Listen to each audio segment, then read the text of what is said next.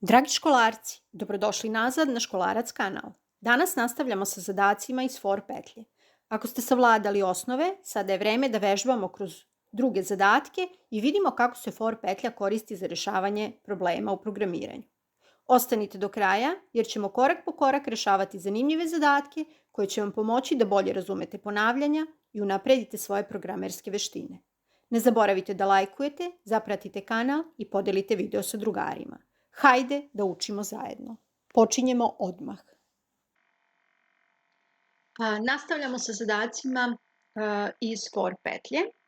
I prvi zadatak za danas je nacrtati algoritam koji računa zbir prvih n prirodnih brojeva.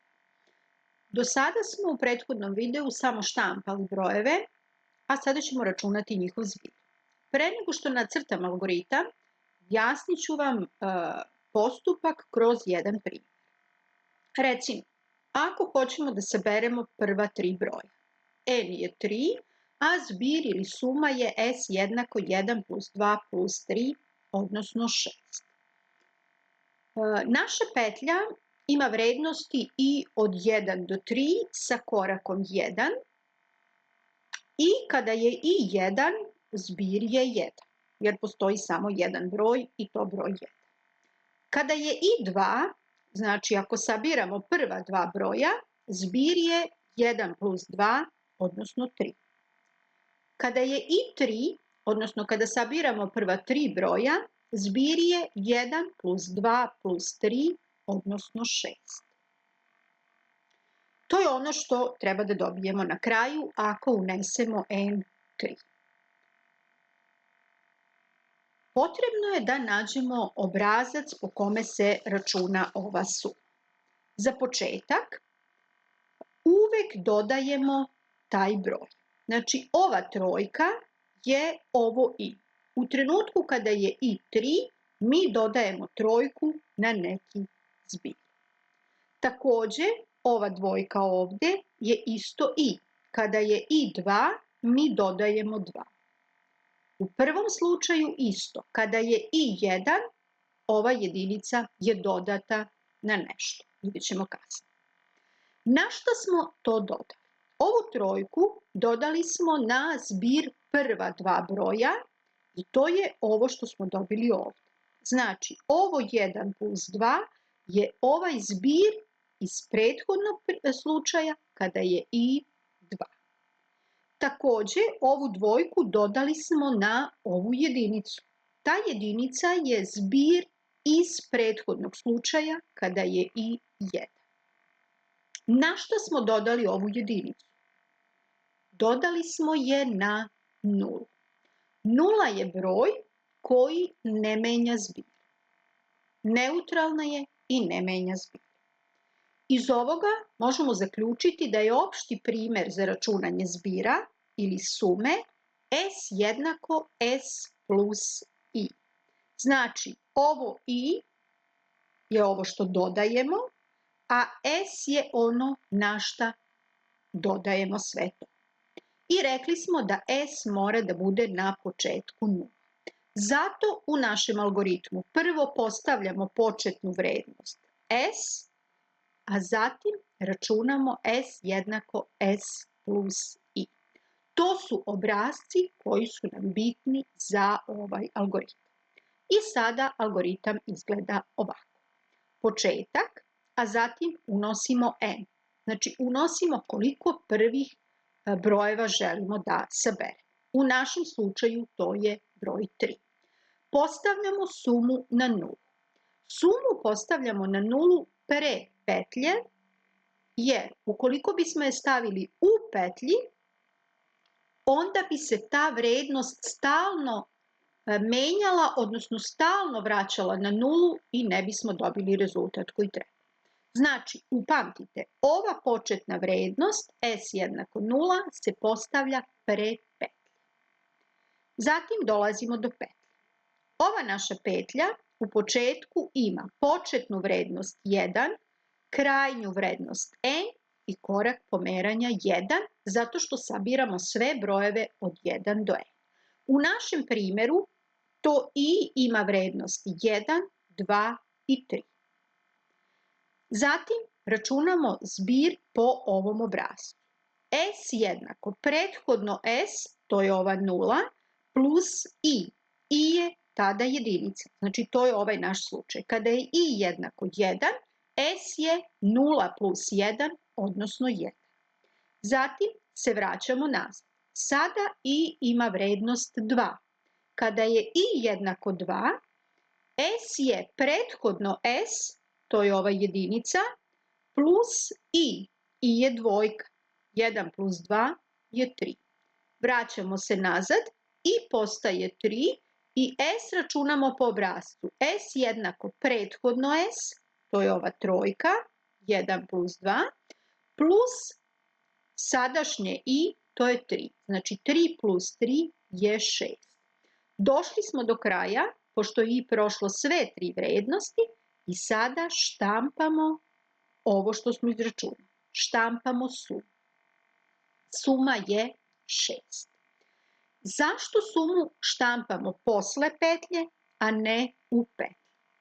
Zato što ako bismo štampali u petlji, štampali bismo sve međurezultate. Znači, prvo bismo odštampali 1, zbir je 1, pa zatim zbir je 3, pa na kraju zbir je 6. Mi bismo u poslednjem štampanju dobili onaj rezultat koji nam se traži u zadatku, ali bismo pre svega toga imali sve međurezultate. I to nije dobro. U ovom primjeru imamo dva međurezultata, ali ako sabiramo 256 brojeva, imat ćemo 255 međurezultata i to nije dobro. Znači, S se štampa na kraju kada prođe ceo algoritam.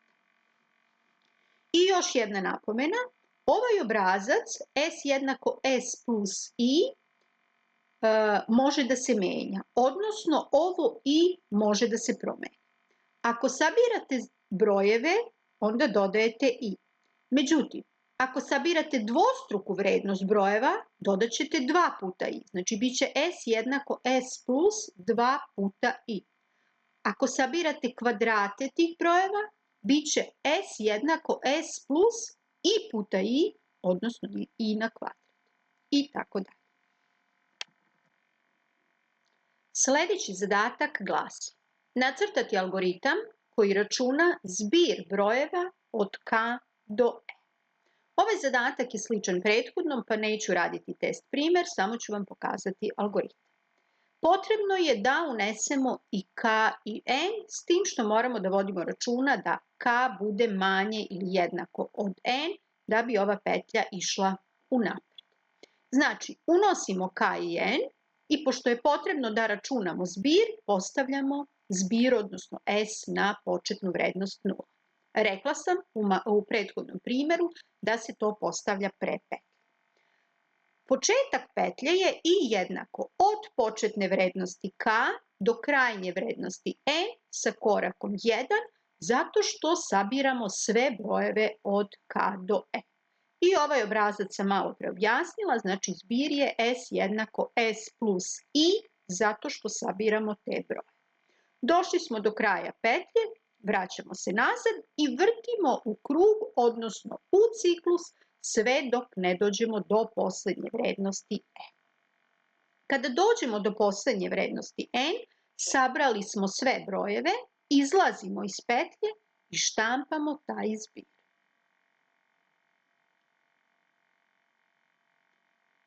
Sledeći zadatak glasi: nacrtati algoritam koji određuje sumu svih parnih trocifrenih brojeva. U ovom zadatku potrebno je da saberemo parne trocifrene brojeve. Prvo pitanje koje treba postaviti sebi jeste da li treba nešto da unesemo sa tastaturu. U ovom slučaju ne, zato što znamo koji su to parni trocifreni brojevi.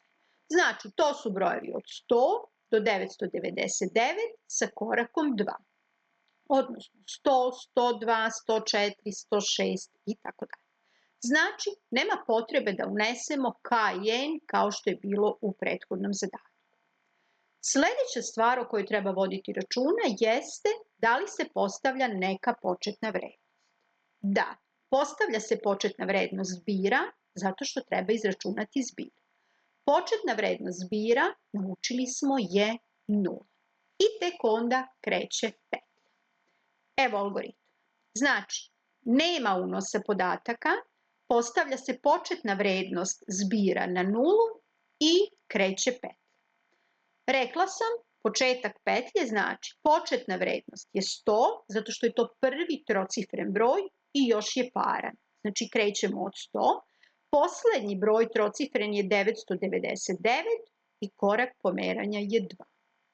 Ovde kao poslednju krajnju vrednost mogli smo da postavimo i 998, zato što će se i pomerati za 2, doći će do 998, to će biti poslednja vrednost koja će se uzeti u obzir i posle toga 999 će se svakako preskočiti. Znači, početna vrednost je 100, poslednja vrednost 999 ili 998, a korak pomeranja 2. I ovo je obrazac koji smo naučili malo pre, S je jednako S plus I, zato što sabiramo same te broje.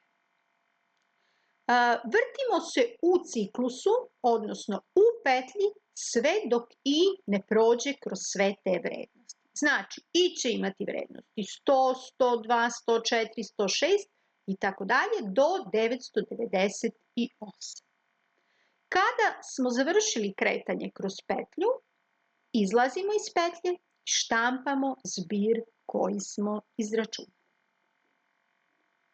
Da je ovaj zadatak glasio izračunati zbir svih neparnih trocifrenih brojeva, jedina razlika bi bila da bi početak bio broj 101, a ne 100. Zato što krećemo od prvog neparnog trocifrenog broja, to je broj 101, poslednji bi morao da bude 999, znači ne 998, a korak pomeranja je 2. Pa bi to bili brojevi 101, 103, 105, 107 i tako dalje do 999. Hvala što ste gledali. Ako vam se dopao video, lajkujte, podelite ga i pretplatite se na Školarac za još korisnih tutoriala. Vidimo se u sledećem videu. Pozdrav!